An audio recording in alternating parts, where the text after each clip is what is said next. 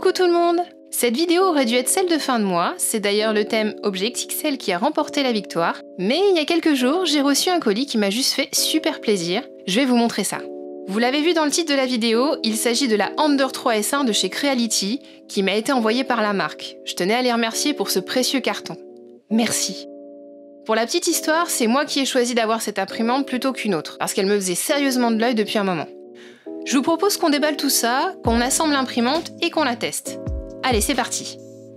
Première étape, le déballage du colis. À l'ouverture, on tombe sur un petit guide des matériaux, les instructions de montage, un petit peu de PLA, les différentes parties de l'imprimante et le petit sachet surprise.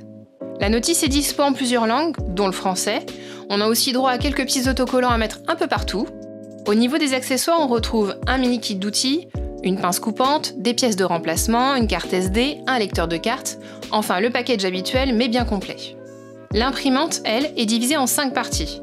Le haut, le bas, l'écran, l'extrudeur et le support bobine. Bon, et comme vous avez pu le voir, tout est propre et bien emballé. Par contre, il manque un truc. Un truc super important.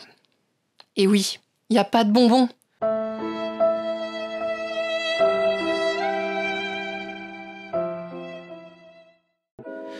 Bon, c'est pas grave, de toute façon, c'est bientôt l'été, faut que je freine un peu ma conso.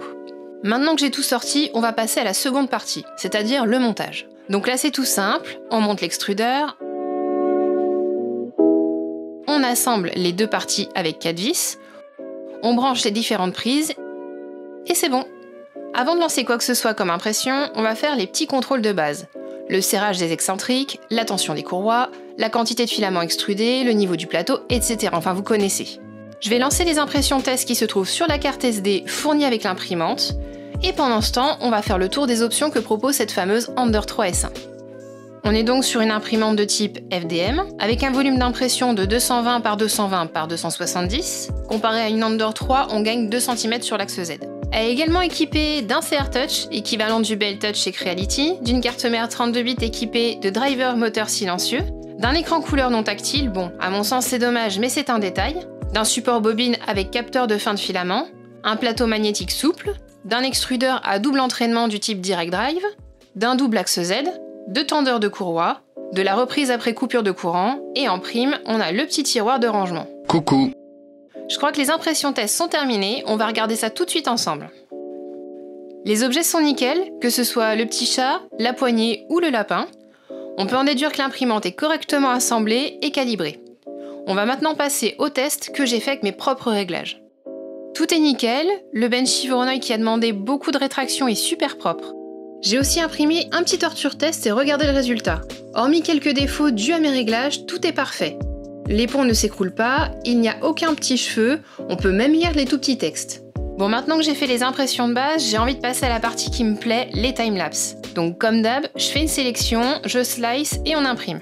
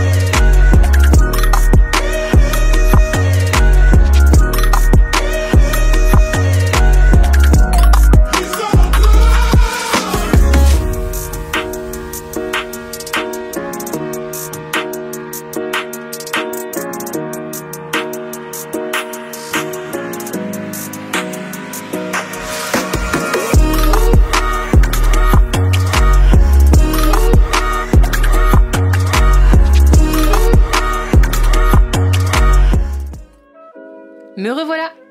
Alors j'ai fait différents styles de modèles. Un mode vase, un objet flex, un print in place et une figurine sans support, histoire de faire un peu tous les cas de figure. Et franchement, je suis sous le charme. On a souvent des petits défauts avec les timelapses à cause de la tête qui va se ranger pour la prise de photos, et là, honnêtement, c'est nickel. Tout est propre, je suis vraiment trop contente.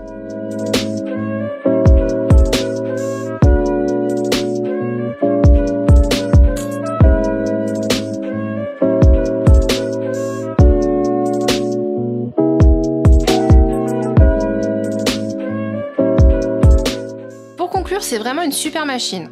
On sent bien le chemin parcouru depuis la Under 3 première du nom. Petit bémol tout de même sur les ventilos qui sont assez bruyants comparés aux axes qui sont très silencieux. Et l'écran qui n'est pas tactile, mais ça c'est vraiment pour chipoter et ça n'a en rien gâché mon plaisir. Pour ce qui est du prix, elle est actuellement disponible pour 451 € sur le site de Creality France. Je vous mets tous les liens en description. On est sur une super qualité d'impression. Le double axe Z et l'extrudeur en direct drive à double entraînement y sont pour quelque chose. J'installe d'ailleurs toujours ce type d'extrudeur sur mes machines, c'est un upgrade facile, rapide et ça change tout. Voilà, cette vidéo touche à sa fin. Dites-moi en commentaire ce que vous pensez de cette petite imprimante. Si cette session vous a plu, pensez au like, au partage et à vous abonner. Venez aussi nous rejoindre sur le Discord, vous retrouverez le lien d'invitation en description, à côté de celui du Tipeee et du Patreon pour ceux qui souhaitent me soutenir. Je propose différentes compensations en fonction de votre choix, n'hésitez pas à y jeter un œil. Il est temps que je vous laisse, on se retrouve la semaine prochaine pour la vidéo de fin de mois. Bonne fin de semaine à tous!